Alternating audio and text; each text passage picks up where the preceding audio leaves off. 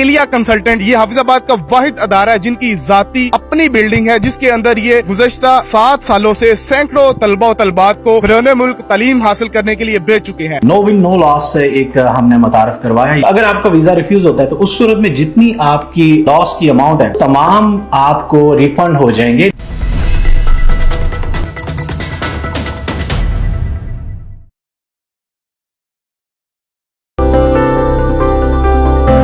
Sir आप हमें बताइएगा कि आप किन किन ममालिक में स्टूडेंट्स को भेजते हैं और कहाँ कहाँ पे आप अभी तक भेज चुके हैं? देखिए, जैसे सामने मैंने बताया कि हमने आगाज़ लिया था ऑस्ट्रेलिया से, क्योंकि जो इस वक्त सबसे देखें स्टूडेंट्स का मेन मकसद, जैसे मैंने बताया कि स्टडी के साथ साथ उनका मकसद होता है कि अर्निंग अपॉर्चुनिटीज जो है जहाँ पे ज़्यादा हो, तो वो ऑस्ट्रेलिया को ना अब तक कोई बीट कर सके और ना शायद आने वाले दिनों में कोई करेगा कि वहाँ पे स्टूडेंट्स को सहूलियात काफ़ी ज़्यादा हैं, वर्किंग अपॉर्चुनिटीज़ काफ़ी ज़्यादा हैं। तो हमने ऑस्ट्रेलिया का आगाज़ किया और उसके बाद फिर हमने इसके साथ साथ यूके इस वक्त कर रहे हैं, जर्मनी यूरोप में बल्कि जर्मनी के साथ साथ हंगरी है, रोमानिया है, फ्रांस है, और इसके अलावा साइप्रस को हम डील कर रहे हैं, न्यूजीलैंड को कर रहे हैं, क्योंकि न्यूजीलैंड रिसेंटली मैंने विजिट भी किया, यूके भी रिसेंटली विजिट किया। तो मेरी ख्वाहिश होती है कि मैं जिस कंट्रीज़ के लिए स्टूडेंट्स का अप्लाई करूं एक दफ़ा जाके देखूं वहाँ पे क्या हालात क्या हैं, किस तरह करके है कि जो स्टूडेंट्स जिस मकसद के लिए वहाँ पे जाना चाहते हैं क्या वो मकसद वहाँ पे उनको मिल सकता है या नहीं। तो अल्हम्दुलिल्लाह कि ये तमाम कंट्रीज़ को हम इस वक्त जो है वो डील कर रहे हैं। ज़बरदस्त। अच्छा सर, उसके बाद पाकिस्तान में और ऑस्ट्रेलिया में भी आपका अदारा है। पाकिस्तान में आप आइट्स करवा रहे हैं, पीटी करवा रहे हैं, ये क्लासेस वगैरह भी आप करवाते हैं? जी बिल्कुल। देखें, मेन रिक्वायरमेंट्स जो होती है आफ्टर आपकी डिग्री, लाइक अगर आपने 12 ईयर एजुकेशन किया है, आपने अपने 16 ईयर एजुकेशन की हुई है, तो उसके बाद अगर आप किसी भी कंट्री अप्लाई करना चाहते हैं तो इंग्लिश लैंग्वेज आपको जो है वो मस्ट है। और उसके लिए टेस्ट ज्यादातर जो चल रहा है वो आइट्स ओवरऑल तमाम कंट्रीज जी बिल्कुल। और इसी के साथ साथ रिसेंटली 1-2 साल पहले पीटी एक मुतारफ करवाया ऑस्ट्रेलिया ने, और वो ऑस्ट्रेलिया के साथ साथ अब वो भी तमाम कंट्रीज के लिए एक्सेप्टेबल है। तो ये दोनों हम कोर्सेज करवा रहे हैं। इसके साथ साथ डोलिंगो एक टेस्ट है जो यूएसए के लिए होता है, वो उसकी तैयारी भी करवा रहे हैं, और इसके लिए बाकायदा हमारे क्लासरूम्स हैं और वो भी आपको थोड़ी देर में विजिट करवाते हैं। वो भी विजिट करेंगे। तो सर आप अभी एक बात कर रहे थे कि ऑस्ट्रेलिया आप भेजते हैं स्टूडेंट को, यूके में भेजते हैं स्टूडेंट को, अगर खुदा न खास्ता बच्चे का वीज़ा नहीं लगता तो उनको कोई लॉस नहीं होगा। तो ये डील किसके लिए है, जो किस तरह ये डील अवेल कर सकते हैं? देखें, इस पे काफ़ी सारे बच्चे इस सर्विसेज को जो है वो ले चुके हैं, और इवन दो पाकिस्तान में अल्हम्दुलिल्लाह शायद चंद एक कंसल्टेंट इस चीज़ को लेके चल रहे हैं, और ये एक बहुत अच्छी चीज़ है कि मेजॉरिटी होता है, क्योंकि वीज़ा हमारे इख्तियारात में नहीं है कि अगर आप आते हैं कहते हैं जी हमें वीज़ा दें, वो मतलब उसमें हमारे इख्तियारात में नहीं कुछ कंसल्टेंट तो ऐसे ऑफिस में जब जाते हैं तो ऐसा लगता है कि जैसे वीज़ा लेके बैठे हैं और कहते हैं कि डन बेस पे। ये डन बेस सर क्या? हाँ बिल्कुल, ये डन बेस मैं आपको बता दूं कि डन नाम की कोई चीज होती नहीं। मुझे तो वैसे ही ये कोई गैर महज़ब सा वर्ड लगता है कि डन बेस जो है वीजा। देखें, नो विन नो लॉस से एक हमने मुतारफ करवाया, एक ऐसी डील जिसके अंदर यह है कि आप अपना वीजा अप्लाई करें, उसके ऊपर जितनी भी कॉस्ट आ रही है आप उसको इन्वेस्ट करें।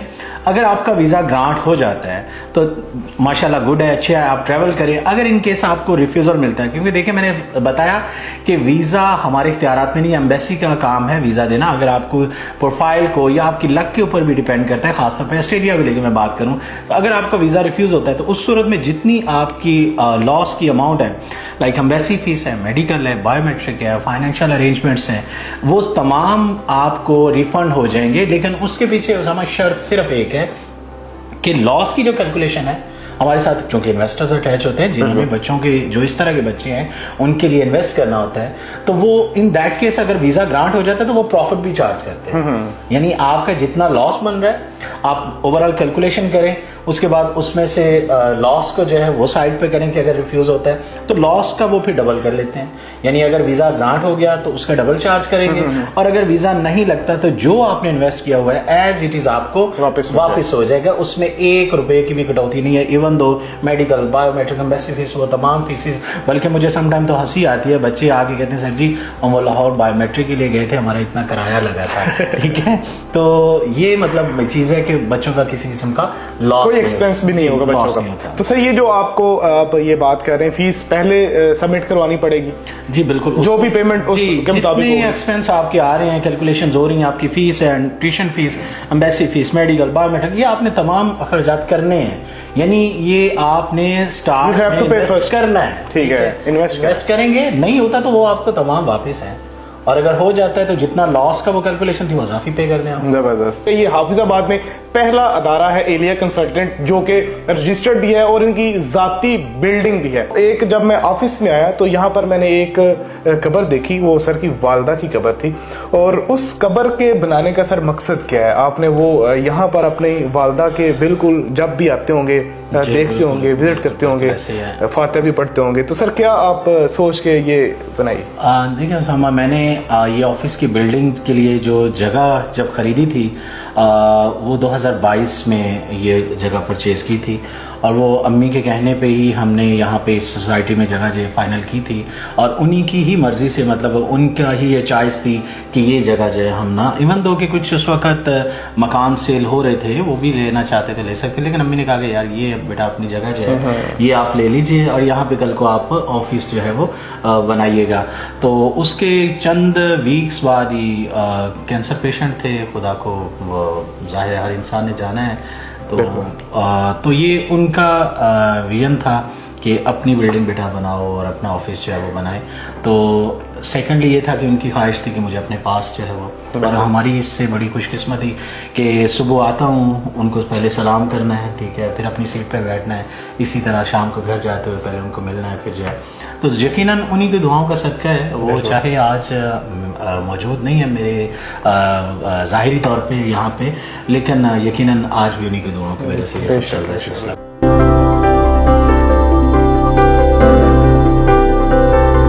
नाज़रीन, इस वक्त हम सेकंड फ्लोर पर मौजूद हैं और यहाँ पर सर ने गेस्ट रूम बनाए हुए हैं उनके लिए जो दूर दराज से आते हैं। कॉन्फ्रेंस हमारा मीटिंग हॉल कह लें जी, मीटिंग हॉल देख सकते हैं। उसके बाद जब ऊपर आएंगे तो फिर इस तरफ क्लासेस हैं सर। ये क्लासेस हैं, ये हमारी पीटी क्लासरूम है, और ये इस तरफ पीटी की क्लास है, और इस तरफ आप देख सकते हैं कि ये आइल्स की क्लास है। तो क्लासरूम भी माशाल्लाह बहुत अच्छे, और देख सकते हैं कि काफ़ी ज़्यादा चेयर्स हैं। तो उसके बाद यहाँ पे अकाउंट्स टीम हमारी बैठती है। ये वाला जो ऑफिस है यहाँ पे अकाउंट्स टीम बैठ के मैनेज करती है किस तरह स्टूडेंट के साथ अकोमोडेट करना होता है। तो अब इस तरफ जो मेन चीज आपको दिखाने का मकसद है, अगर आप दूर से आए हैं तो this one is your guest room. अगर आप दूर से आए हैं तो बड़ा एक अच्छा और वीआईपी इस तरह लग रहा है कि जैसे मैं किसी 7 स्टार होटल में आ गया हूँ। और आप देख सकते हैं कि एलसीडी भी लगी हुई है, और ये जो बेड देख रहे हैं ये भी बड़ा शानदार है। तो अब जो दूसरा गेस्ट रूम है इसमें भी जाते हैं। ये एक इस तरफ बेडरूम ये भी आ गए। यहाँ पर भी as it is LCD, AC भी लगा हुआ है, अटैच वॉशरूम भी है साथ, फिर उसके साथ एक बेड भी है आपके रेस्ट के लिए। ये बड़ा एक अच्छा, और पीटीसीएल भी अवेलेबल है, आप यहाँ बैठ के कॉल भी कर सकते हैं। तो इसको आप बनाने का आइडिया कैसे आया था? ये पूरा बड़ा एक वेल सेटल्ड बनाया हुआ है। मैंने डिफरेंट कंट्रीज का विजिट किया और अच्छे अच्छे होटल्स में जाके जब स्टे करता था तो वहाँ से मुख्तलिफ आइडियाज़ जो है वो आए, और मैंने सोचा था कि जब भी कोई अपना ऑफिस इस तरह का बनाएंगे तो उसमें ये वो तमाम चीज़ें, जैसे रूम्स आपने देखे, ये डाइनिंग एरिया है, इसमें कोई शक नहीं है कि स्टेट ऑफ द आर्ट ये एक होटल भी लग रहा है, ऑफिस भी लग रहा है और घर भी लग रहा है। माशाल्लाह बहुत अच्छा सर ने इसको डेकोरेट भी किया हुआ है। तो अब चलते हैं, जरा आपको रूफटॉप पर लेकर जाते हैं जहां पर बारबेक्यू भी कर सकते हैं। सर ने पूरा माहौल दिया हुआ है फॉरेनर्स को लिए, दूसरे जो आते हैं दूसरे शहरों से उनके लिए भी। जैसे ही रूफ टॉप पर हम आए हैं